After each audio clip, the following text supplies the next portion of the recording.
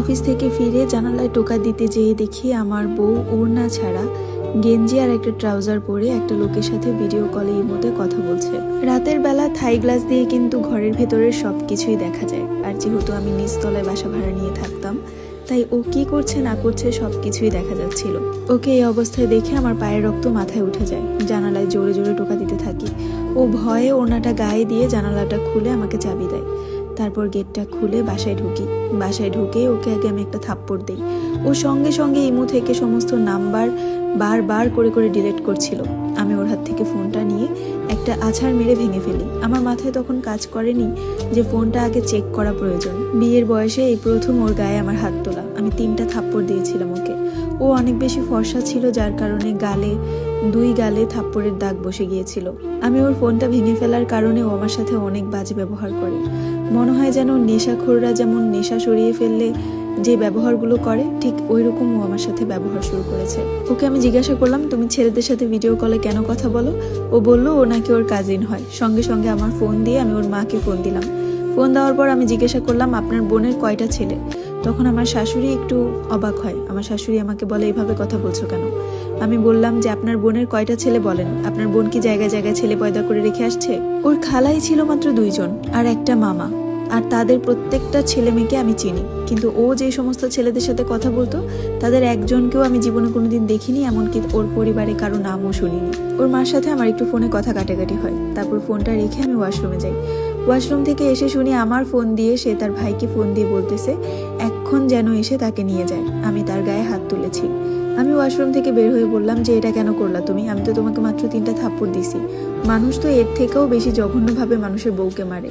আর তুমি যে কাজ করতেছিলা এটার জন্য তো তোমাকে আমার মেরে ফেলা উচিত ছিল। তাও আমি তোমার গায়ে ওইরকম ভাবে হাত তুলিনি। ও আমাকে বললো আমি আর তোমার সাথে সংসার করব না, আমার ভাই আসবে, আমি এক্ষুনি চলে যাব। তারপর আমি একটু ঠান্ডা হয়ে ওকে বোঝানোর চেষ্টা করি, দেখো তুমি যা করতেছো এটা ঠিক না। তুমি একটা মেয়ে মানুষ, তার উপরে তুমি বিবাহিত। এই কথাটা বলা মাত্র সে তেলে বেগুনে জ্বলে উঠলো। সে আমাকে বললো আমি বিবাহিত মানে কি আমার জীবনে কোনো শখ আহ্লাদ নেই? তারপর আমি তাকে বললাম, শখ আহ্লাদ মানে তো এই না যে তুমি বিভিন্ন ছেলেদের সাথে ভিডিও কলে ইমোতে কথা বলবে। মানুষের কত রকমের শখ থাকে, তোমার এটা কেমন শখ? সে আমাকে বলে যে আমার মতো বউ পাইছো তোমার 7 কপালের ভাগ্য। এত সুন্দর বউ তোমার কপালে জুটতো না। আমি তোমাকে বিয়ে করছি বলে তুমি একটা সংসার পাইছো। আমার পেছনে হাজার হাজার ছেলে ঘুরতো, সেইখানে আমি তোমাকে বিয়ে করছি। তোমার তো আমাকে মেনেই চলা উচিত। এটা না করে তুমি আমার সব কাজে বাধা দিতেছো। আমি কারোর সাথে কথা বলতে পারি না, আমি কোথাও যাইতে পারি না, আমি আমার বাপের বাড়িতে যেয়ে সারাদিন থাকতে পারি না। এরই মধ্যে ওর ভাই নক করে কেটে। ওর ভাই চলে আসে, যেহেতু পাশাপাশিই থাকি। ওর ভাই আসার পর ওর ভাইকে আমি সবকিছু খুলে বললাম। ওর ভাই চুপচাপ শুনলো। ওর বোনকে যে শাসন করা দরকার সেটা সে করলো না, বরঞ্চ বোনের গালে থাপ্পড়ের দাগ দেখে বোনকে বলল, এক্ষণ ব্যাগপত্র গুছা, তোকে পালার মতো ক্ষমতা আমার আছে, ওর কাছে থাকতে হবে না। আমি আহাম্মকের মতো তাকায় রইলাম। যেখানে কিনা বড় ভাই ছোট বোনকে শাসন করা উচিত এই নোংরামির জন্য, সেই বড় ভাই বোনকে আশকারা দিয়ে নিয়ে যাচ্ছে বাপের বাড়িতে। আমি আর সেখানে একটা কথাও বলিনি। আমি চাকরিজীবী ভাই, আমি খুব সাধারণ জীবন পালন করি। আমার মান সম্মানের ভীষণ ভয়। আমি কোনো চিল্লাচিল্লি করলে যদি আশেপাশের ফ্ল্যাটের মানুষজন শুনবে, তাই আমি তাদেরকে আর কিছুই বললাম না।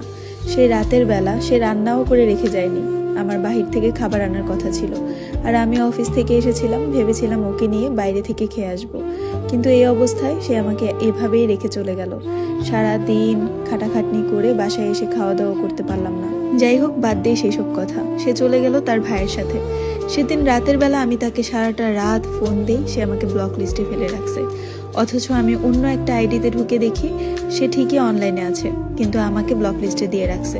নাম্বার থেকেও, ফেসবুক থেকেও, হোয়াটসঅ্যাপ, ইমো সব জায়গা থেকে, এমনকি স্ন্যাপ থেকেও আমাকে ব্লক দিয়ে রাখছে। সারাটা রাত না ঘুমায় কাটাইছি আমি। খাওয়া দাওয়া কিচ্ছু নেই। বাইরে যে খাবো সেই মুড মাইন্ডও ছিল না, আর সে রান্নাও করে রেখে যায়নি।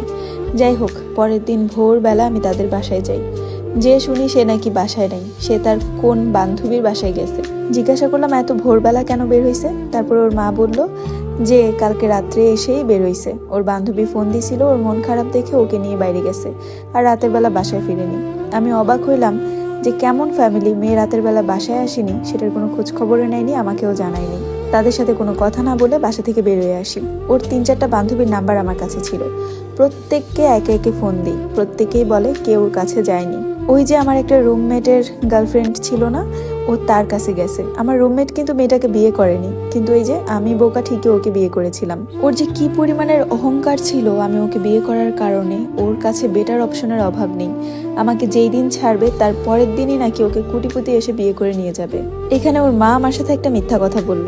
সেটা হলো যখন আমি ওর বাসায় গেলাম ওর খোঁজ করতে, তখন ওর মা বলল ও নাকি কোন বান্ধবীর বাসায় গেছে, অথচ সে গেছিল তার মামার বাসায়, ওই যে আমার ওই রুমমেটের গার্লফ্রেন্ড, ওর ফুফাতো বোন, তাদের বাসায়। যাই হোক, আমি ওই বাসাটা চিনতাম, আর তাছাড়া ওই বাসাতেই ওরা ছিল। যে দেখি সে ঘুমাচ্ছে নাক ডেকে। তারপরে যেয়ে তাকে উঠালাম। উঠানোর পর সে আমার সাথে কোনো রকমে বাসায় আসবে না। তারপরে তার কাছে আমি সরি বললাম। সরি বলে বললাম চলো নাস্তা খাই বাইরে যেয়ে। সে রাজি হলো।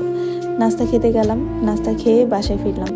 বাসায় এসে ওর যে নষ্ট মোবাইলটা সেটা ঠিক করতে নিয়ে গেলাম।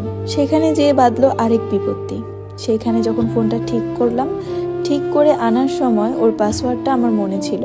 হঠাৎ করে আমি পাসওয়ার্ডটা দিয়ে লকটা খুললাম। খোলার পরে আমি যা কিছু দেখলাম, আল্লাহ মাফ করো। ইমোতে ও ছেলেদেরকে বাজে বাজে পিকচার্স পাঠাইতো, ছেলেদের কাছ থেকে টাকা চাইতো। আমি ওকে যথেষ্ট পরিমাণ টাকা পয়সা দিতাম, কিন্তু ও সেই টাকা দিয়ে কি করতো আল্লাহ মাবুদ জানে। বাসায় এসে আবারও ঝগড়া শুরু। ওকে জিজ্ঞাসা করলাম তুমি এই কাজগুলো কেন করো? সে ডাইরেক্ট অস্বীকার করতেছে। সে বলে এগুলো নাকি আমি করছি। আরে ভাই, ফোন তোমার, আমি কিভাবে করব?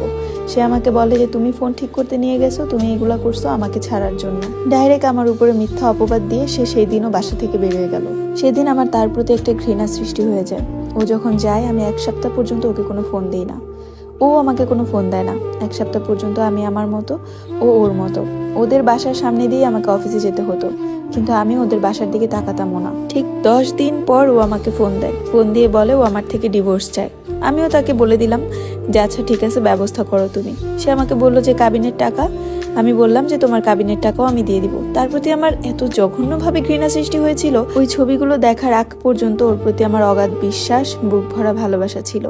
কিন্তু ওই নোংরা ছবিগুলো দেখার পর ওর প্রতি আমার বিন্দু মাত্র ভালোবাসা রয়নি।